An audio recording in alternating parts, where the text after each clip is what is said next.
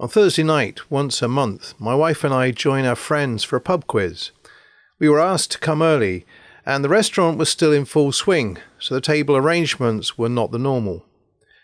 This meant I took a seat close to one of our friends I don't often get a chance to chat to until the very end when we are leaving. However, this night we got into a full-scale conversation, one we both enjoyed. Now, I've read through the readings for this Sunday, and I was surprised at how our conversation touched on so many of the topics highlighted in the book of Job, Paul's first letter to the Corinthians, and Mark's Gospel.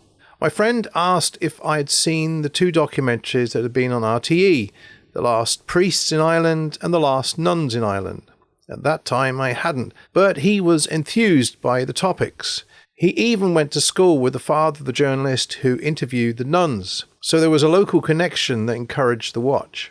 My friend shared the same thoughts as Arnold O'Hanlon, the actor who played Father Dougal in Father Ted.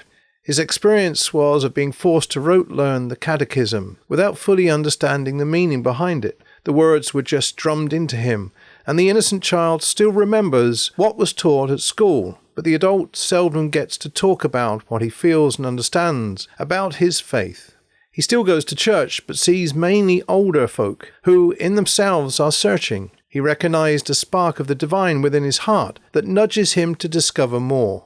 Ed Power, writing in the Irish Times, explores how the Conliffe Seminary in Dublin thrived in the middle 1960s, but today is a ghostly husk, now abandoned. He reminds us of how early Celtic Christianity had a sense of Druid spirituality separate from the global church.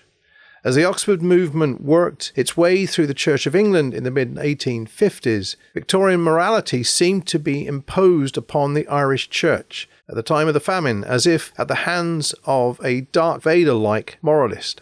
My friend, now retired, felt angry with how the church had lost its way and how the priests seemed to be distant from the congregation. He saw the violence in the world, especially how war was corrupting people, and the lack of will from most countries to intervene and stop the slaughter of so many innocent civilians, where children are being forced to fend for themselves after losing their parents.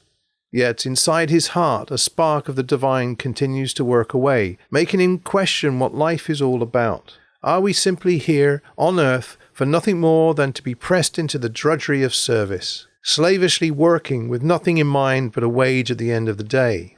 Are we forced to lie in bed at night wondering how soon light will come so we can start again? This is what Job wondered. What about the devil? I asked my friend.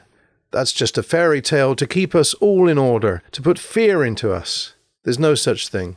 Yet in Mark's Gospel we're reminded, as we were last week, that Jesus did cast out devils. They exist. But in our world there is so much influencing us to believe devils are fantasies just to give us a thrill when watching horror stories or playing certain video games. It is important to question, where do these ideas come from, and why are they shaping our lives?